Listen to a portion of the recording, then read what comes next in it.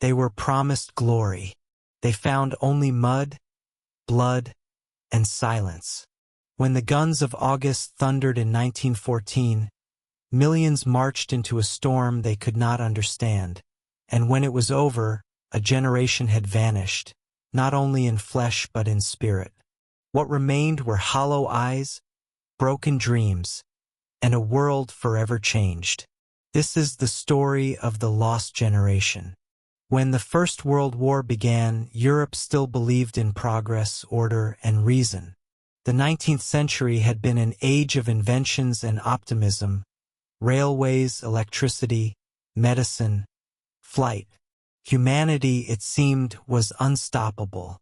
And yet, beneath the glittering surface of modernity, there pulsed an arrogance, a belief that men could control the machinery of death as easily as they controlled their machines of peace. The young men of 1914 grew up in a world that told them war would be noble, even cleansing.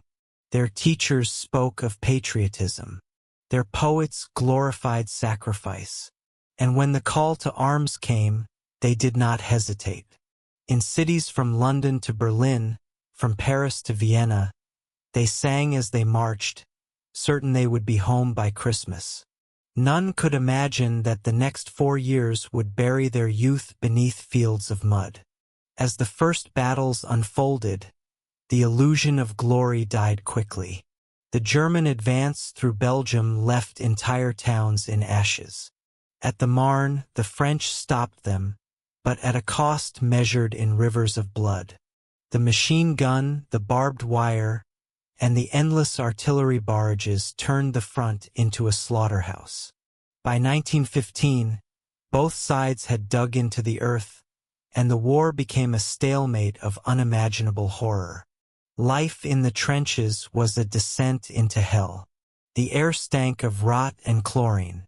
Rats gorged themselves on corpses. Men lived in waterlogged holes, their boots dissolving in the mud, their minds slowly unraveling from the shellfire that never stopped. They watched friends disappear into the ground, torn apart by shells the size of cars.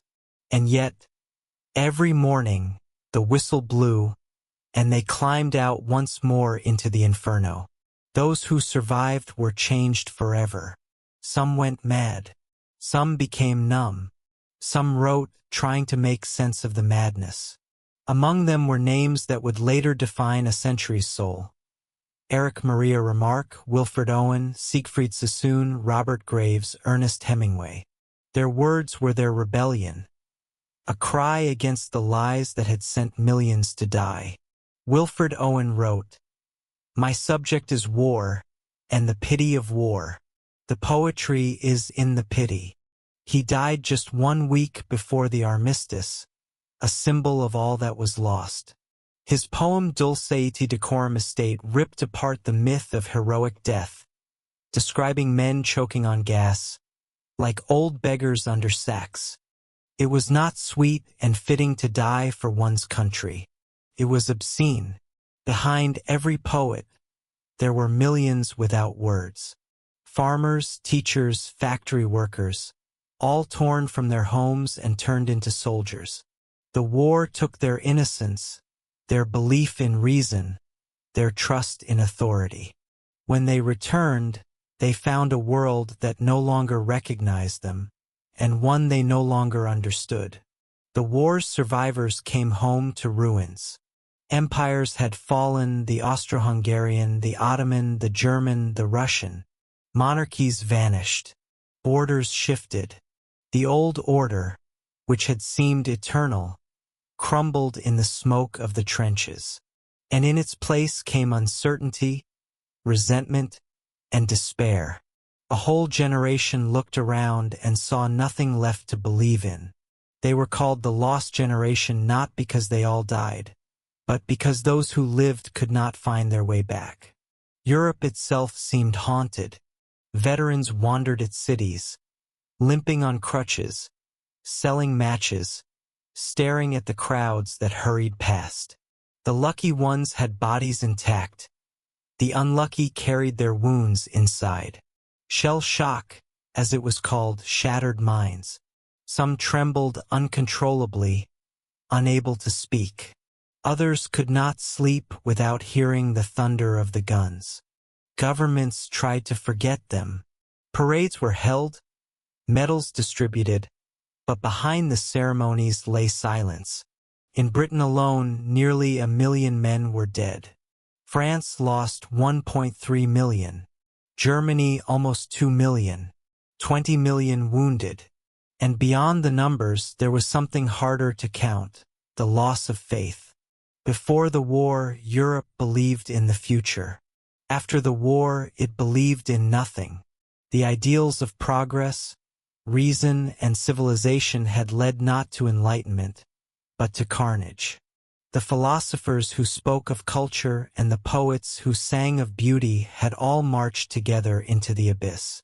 The war did not just kill men. It killed the idea that humanity was rational.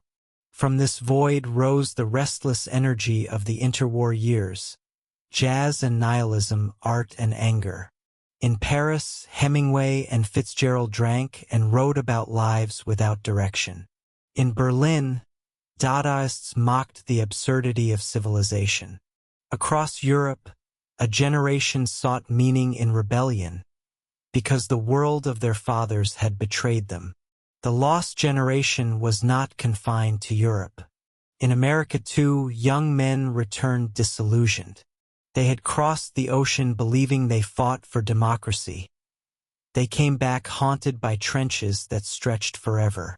The Roaring Twenties, with its wild music and reckless spirit, was in many ways a scream, a desperate attempt to forget.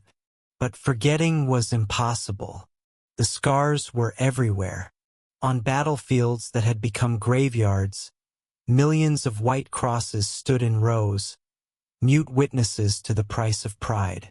In villages, church bells tolled for sons who would never return. Mothers kept photographs on mantels, their faces faded but untouchable. And in every European capital, a tomb of the unknown soldier was built, for the countless who had no name. As the years passed, the survivors grew older, but the ghosts of their youth did not fade. In letters, diaries, and memoirs, they tried to explain what had happened, not just to their bodies, but to their souls. What they described was a civilization that had lost its compass. They were men without illusions, walking through a world still pretending it was whole. And yet, even in their despair, there was a strange kind of wisdom. They had seen the worst humanity could do, and knew how fragile peace really was. But the world was not ready to listen.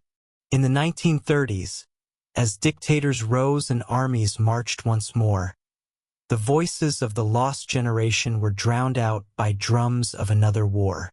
When the Second World War began, many of those who had fought in the First were already dead, their warnings forgotten. Their children would inherit the same nightmare, fought with even deadlier machines. The lost generation had tried to tell their story, but history, as it often does, chose to repeat itself. Today, over a century later, their faces stare at us from black and white photographs. Young, proud, unaware of what awaited them. We see them in their uniforms, smiling, their eyes bright with conviction. And we know what they did not, that they would march into a world that no longer made sense, and that they would never truly return. The term lost generation captures something deeper than grief. It speaks of the death of certainty, the end of innocence. It was not only men who were lost, but meaning itself. Art, philosophy, faith, all had to be rebuilt from the ruins. Out of that darkness came new voices, new movements, a new realism that refused to lie. They painted the war as it was: mechanical, industrial, dehumanizing. It was a war that taught humanity that it could destroy itself. And perhaps that is the final legacy of the lost generation, a warning carved in silence. They remind us that progress without empathy, patriotism without reason, and power without humanity lead only to despair. Their world collapsed not in a single moment, but in a million tiny ones, each time a soldier fell, each time a poet stopped believing, each time a mother received a telegram. As long as we remember them, perhaps they are not entirely lost. Their letters, their poems, their broken dreams, they remain echoes in the conscience of the modern world. And when we walk through the cemeteries of Verdun, the Somme, or Ypres, we do not just see graves. We see the price of arrogance, the cost of forgetting, the fragile beauty of peace. The lost generation did not vanish completely. They live on in every warning against war, in every poem that speaks of pity, in every photograph of a face too young to die. They remind us that behind every uniform is a life, behind every statistic a soul. And in that memory, in that act of remembrance, lies the only redemption humanity has ever earned. Because to forget them would be to lose ourselves again.